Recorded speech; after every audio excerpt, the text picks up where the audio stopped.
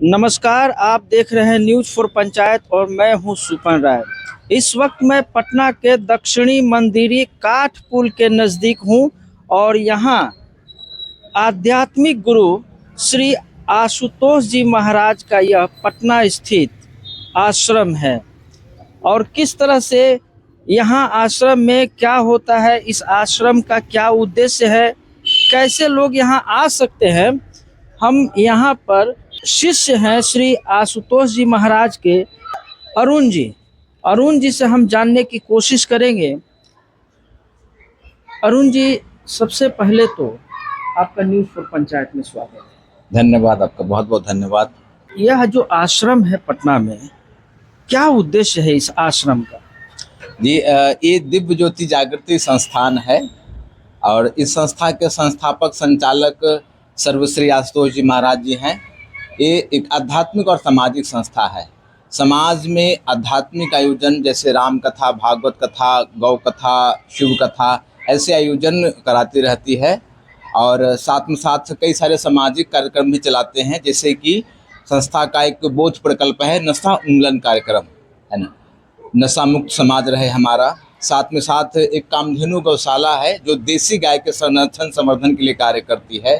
साथ में साथ नारी सशक्तिकरण को लेकर कार्यक्रम चलता है, संतुलन मंथन एक प्रकल्प है जो अनाथ बच्चे जिनके माँ बाप सक्षम नहीं है खुद अपने बच्चों को पढ़ा पाने में, ऐसे बच्चों को निःशुल्क शिक्षा का अभियान है मंथन। इस तरह से सामाजिक प्रकल्प भी चलाता है। एक उद्देश्य है संस्था का कि समाज का सर्वांगीण विकास किया जाए, हर तरह से समाज को श्रेष्ठ बनाया जाए। मानवों को श्रेष्ठ बनना, समाज को श्रेष्ठ बनने के लिए ज़रूरी है कि श्रेष्ठ मानवों का निर्माण किया जाए और आज आशुतोष महाराज जी उस विशेष कार्य के लिए लगे हैं। हम जैसे महाराज जी के जो शिष्य हैं इस निमित्त समर्पित होकर इस कार्य में अपना पूरा समय देते हैं।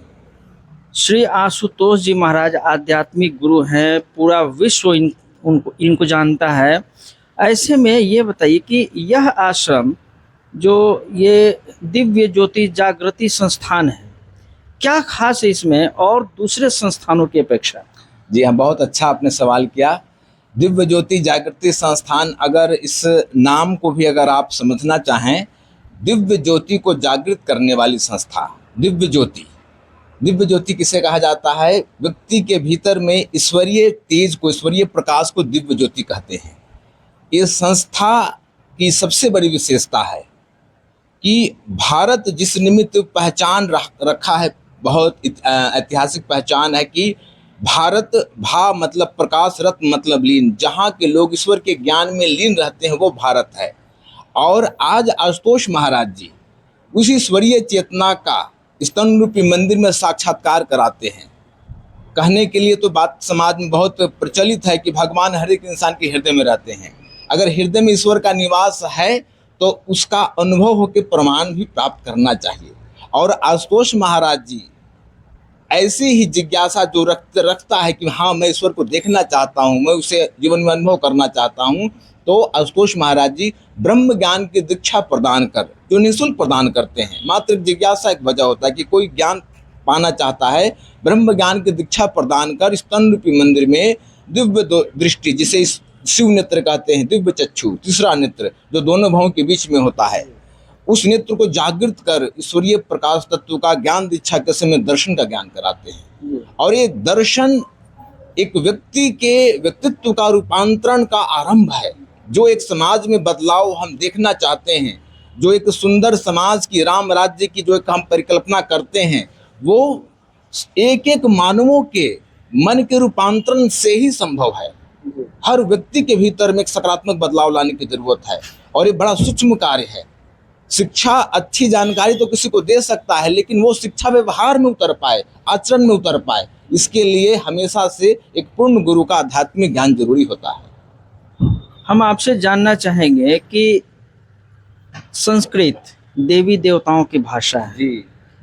श्री आशुतोष महाराज जी देवी देवताओं की चर्चा करते हैं, उनके विषय में बोलते हैं, बातें करते हैं, लोगों को जागरूक करते हैं। क्या संस्कृत की आवश्यकता कभी महसूस नहीं होती है?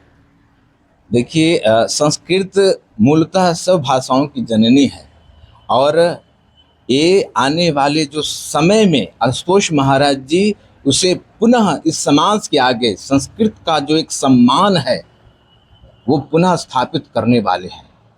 ये दुनिया देखेगी कि संस्कृत का क्या रहस्य है, इस भाषा का कितना महत्व है।